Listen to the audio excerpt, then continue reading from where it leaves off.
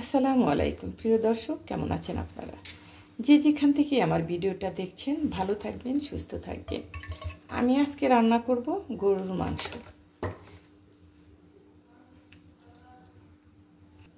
এখানে দিয়ে দিচ্ছি এলাচ, দারচিনি, ভুল হয়ে গেছে, ক্ষমা করে দিবেন। বেশ কয়েকটা তেজপাতা, কয়েকটা এলাচ, কয়েকটা লং। মশলাগুলো আমি একটু ভেজে নেব।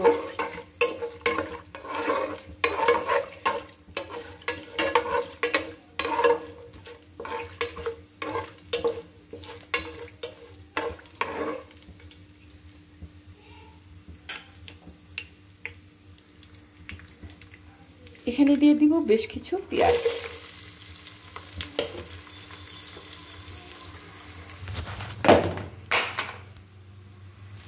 কারেন্ট চলে গেছে, তাই দেখাতে পারছি না। এক হাতে মোবাইল, এক হাতে কিভাবে দেখাবো?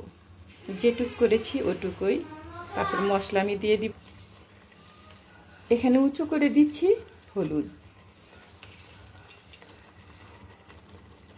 মাংসের পরিমাণটা বেশি, দিয়ে দিলাম মরিচ উঁচু করে, ধনে গুঁড়ো, জিরে গুঁড়ো। কারেন্ট চলে গেছে, কে যে সমস্যায় পড়েছি, হাতে থেকে মোবাইল তো পড়েই গেল। এখন দিয়ে দিব লবণ।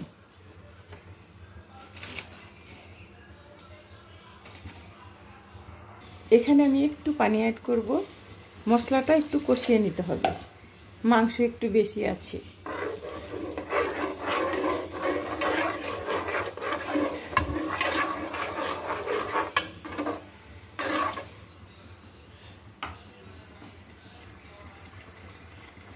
না, এখানে আমি রসুন বাটা দিয়েছি, আদা বাটা দিয়েছি। রসুন বাটা দিয়েছি 2 চামচ, আদা বাটা দিয়েছি 2.5 চামচ। কারণ আদাটা গরুর মাংসের মধ্যে বেশি একটু দিতে হয়, ভালো লাগে, ফ্লেভারটা ভালো আসে। কারেন্ট চলে গেছিলো, এইমাত্র কারেন্ট আসলো। আমি মশলাটা ভালোভাবে কষিয়ে নিচ্ছি। আর অফ ক্যামেরায় আমি 1 চামচ মরিচ বেশি দিয়েছি। মোবাইল কাছে অফ ছিল আর কারেন্টও ছিল না, সেজন্যে দেখাতে পারিনি।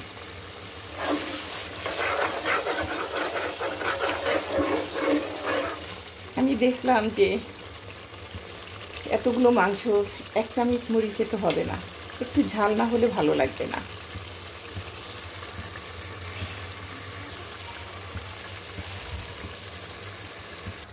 মাংসটা আমি দিয়ে ফেলেছি।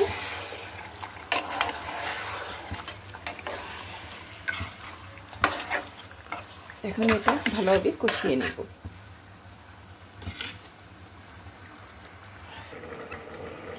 বড় রাইস কুকারে বসিয়েছি, প্রায় 4 কেজি হবে। ওখানে ভাত রান্না করা হয়েছে, এখন একটু পোলাও রান্না করব। সেটা হয়তো দেখাতে পারবো না, কারণ খুব তাড়াতাড়ি।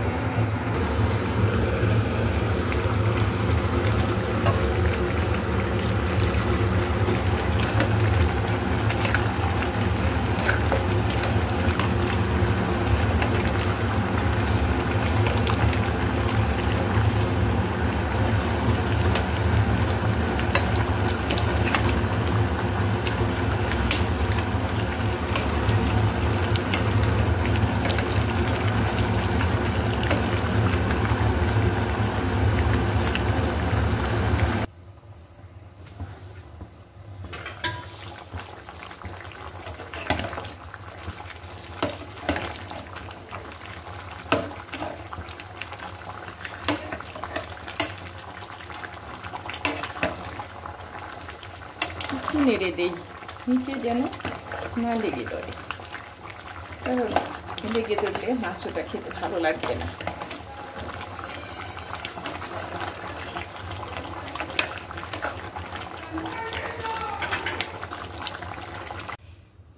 মাংসটা আমার হয়ে গেছে।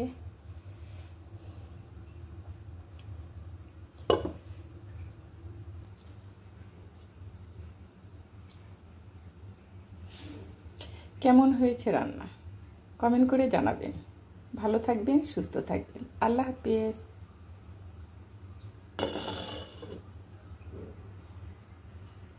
সবাইকে জানাই ঈদের অগ্রিম শুভেচ্ছা। আল্লাহ হাফেজ।